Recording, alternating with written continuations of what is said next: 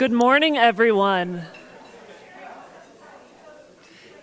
Thank you for joining this first Lunch and Learn of the year. It's a treat to be with all of you. I'll invite us to begin with an opening prayer. So let us pray. Loving God, we give you thanks for the opportunity to gather in community during these early days of the fall semester. Bless our students, faculty, staff, administrators, and monastic communities. Help us to embody the Benedictine values, especially hospitality and peace. Bless today's speaker, Rodger Narloch. Bless our meal and those who prepared it, and hold in your gentle care those who go without food or fellowship today. Amen. Well, my name is Jessie Bazan. I'm the Associate Director of the Benedictine Institute, and it's a delight to welcome you all and introduce my colleague, Dr. Rodger Narloch, as today's Lunch and Learn speaker. Rodger graduated from St. John's, and after earning his MA and PhD in developmental psychology, he returned to teach at the College of St. Benedict and St. John's University. Rodger has been a professor of psychology for the last 25 years. His psych colleagues are well represented here today. And in 2006, he was honored with the Robert L. Spaeth Teacher of Distinction Award. And since 2017, Rodger has also, in all of his spare time, been director of the Benedictine Institute. And we have him to thank, among other things, for the Benedictine Raven curriculum requirement and the building community events. Rodger's Benedictine roots run deep. A few years ago, he became an oblate of St. John's Abbey. Rodger is a man of deep prayer and practices an awareness of God, especially out in nature. On weekends, you could find Rodger fishing or on an e-bike ride with his wife, Lisa, and they're about to become grandparents for the second time any day now. So I'm excited to bring Rodger up to help kick off the 2025-26 Lunch and Learn series with his talk entitled Unexpected Joys of My Sabbatical.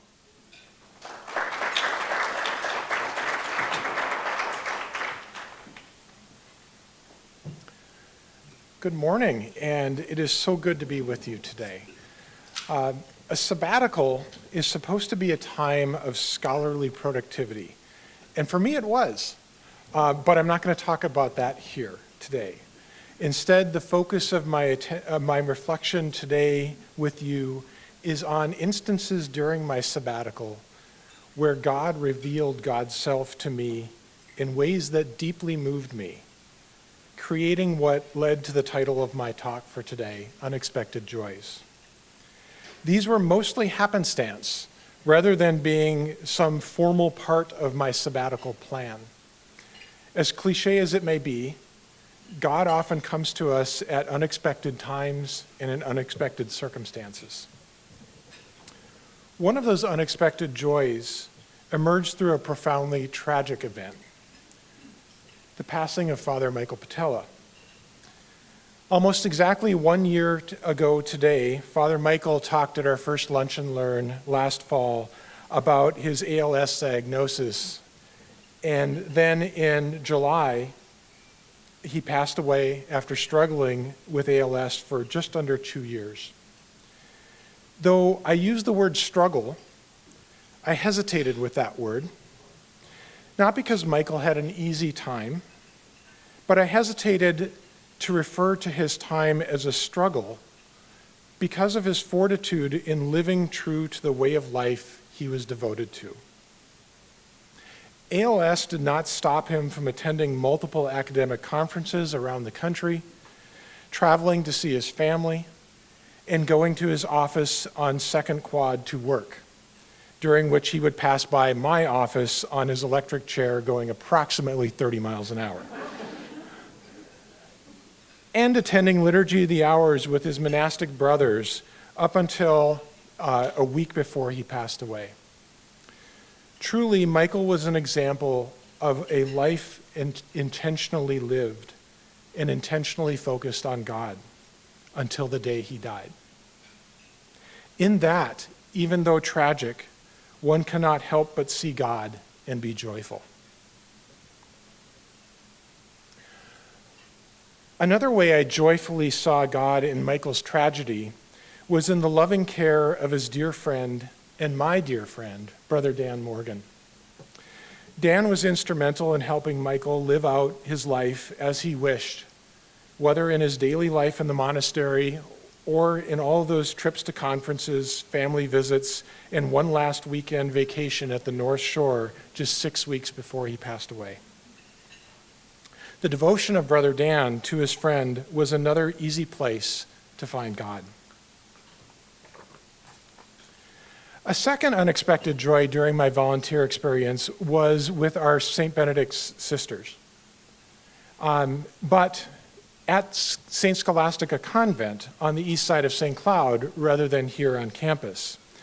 At St. Scholastica, this is where the St. Ben's sisters live once they need more care than can be provided at our St. Benedict's monastery.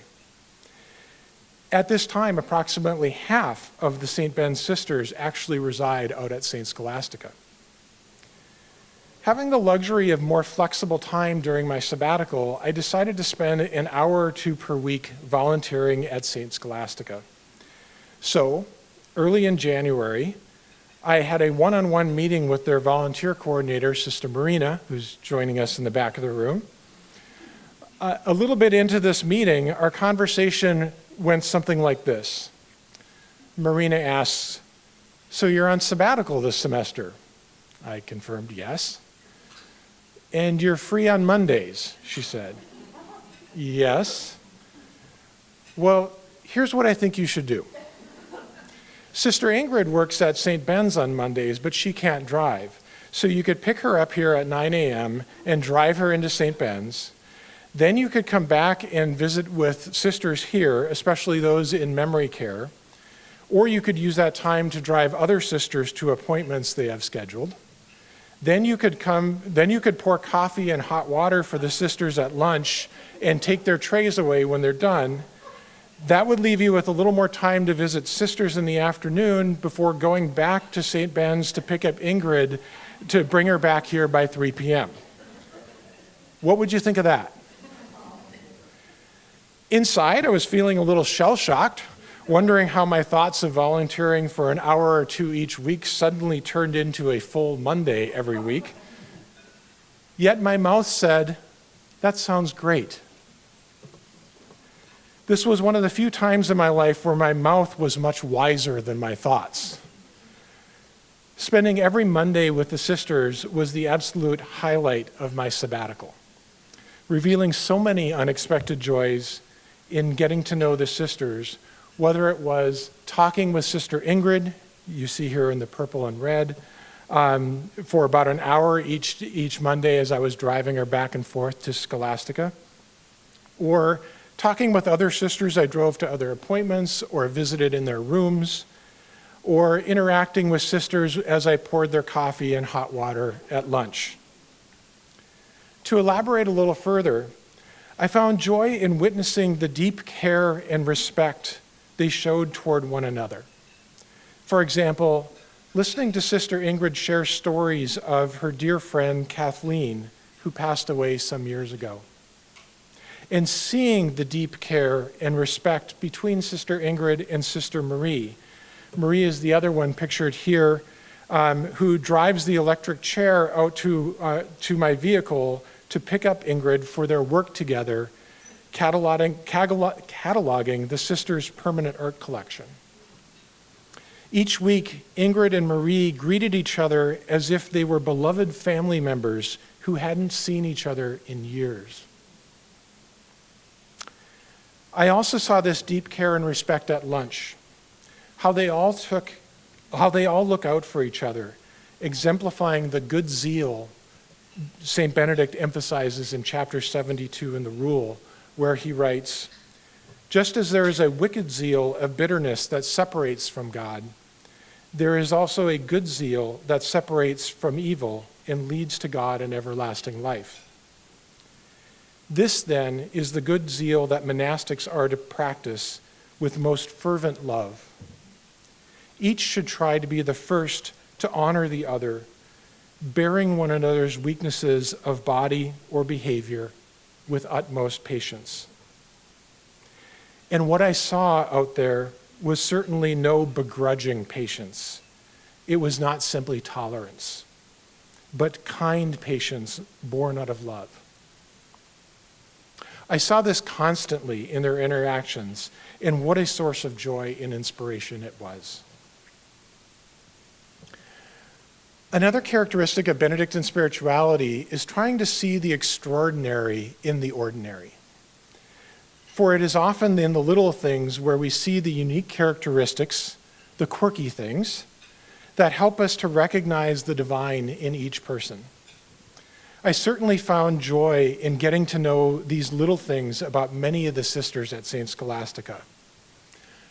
At lunch, for example, it wasn't just learning which sisters prefer coffee and which prefer hot water with their meal, but which sister wants just a half an inch of hot water poured into her cup and then wants me to return a few minutes later after she drinks that to fill her now warmed cup up with some coffee. Or the sister who pours her cup of milk into 2 different glasses so I can fill them the rest of the way up with hot water, resulting in 2 glasses of warm milk, albeit a little diluted. Or the sister who wants only 3/4 of a cup of hot water so she can put a little individual packet of butter in the water to both cool down the water and soften the butter, making it easier to spread on her toast. Or which sister will always ask to see the latest picture I have of my granddaughter. These are beautiful things about each of them that made me feel connected to them, bringing me joy. Next, I found joy in the profusive gratitude they express. I have never been thanked so often nor so sincerely as each day I spent with the sisters. It wasn't a standard automatic thank you, but every day several sisters would individually pull me aside, tell me how great it was that I take the time to be with them and how much they appreciate not just what I do, but also my presence with them. Their gratitude is humbling because I feel like they have given me 10 times more than I give them. For the past 15 years, I have strived to live a life of Benedictine spirituality, and I've been a Benedictine oblate for the past 2 years. But never have I felt more formed by community than during my time at St. Scholastica. I just felt different at the end of each Monday with them. More gracious, more loving. Like I had just spent the day in the presence of God, which of course I had. What an experience of joy. The last unexpected joy, changing the subject away from St. Scholastica for the last one, that occurred during my sabbatical was truly unexpected. One morning I was out on my boat fishing for walleye at our cabin when I received a text from Jesse saying that Rob and Heather from Institutional Advancement requested a Zoom meeting for us the next morning. So I zoomed in from up at my cabin and I learned that there is a potential donor with Johnny Benny connections that cherish the values that they learned here. These donors care deeply about continuing to foster Benedictine values in our campus culture so students will absorb those values and embody them out in the broader world. With fewer monastics working alongside us, it is incumbent upon all of us to be responsible for our Benedictine mission. Toward this end, the donor is considering making an extraordinary gift to the Benedictine Institute that will enable us, for one, to formally make the Benedictine Institute a joint CSB-SJU office rather than an SJU-only entity. And second, it will enable us to expand our programming in support of Benedictine values. But before we establish any new initiatives, we want to first take the advice of St. Benedict and listen. We would deeply appreciate hearing your suggestions about what you would like to see us provide for you. So in groups of 3, we're going to have a little discussion event. And we would like you to discuss a few questions for about 15 minutes. And these are the questions we would like you to consider at your tables. How do the Benedictine mission and values of St. John's and St. Ben's impact how you do your work?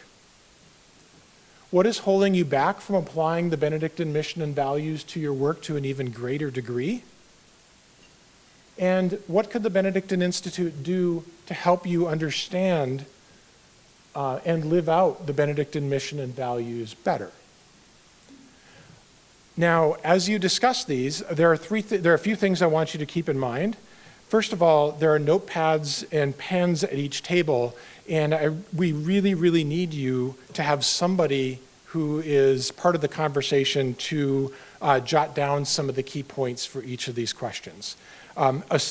So that's going to be, we're going to be relying on these to develop our future programming. So this is really important to us that you jot those notes down. Second, be sure to get to the third question. This is the one that's going to be most helpful for us in terms of guiding our future programming. So please make sure that you don't get too caught up in the first 2, that you don't get to the third one. And finally, again, this is a generous gift that may be coming in. And so it's okay to think big. We have often received requests to reinstitute the heritage tours visiting Benedictine sites in Italy and Germany. And this is already on our radar, and that is a possibility for potential future programming.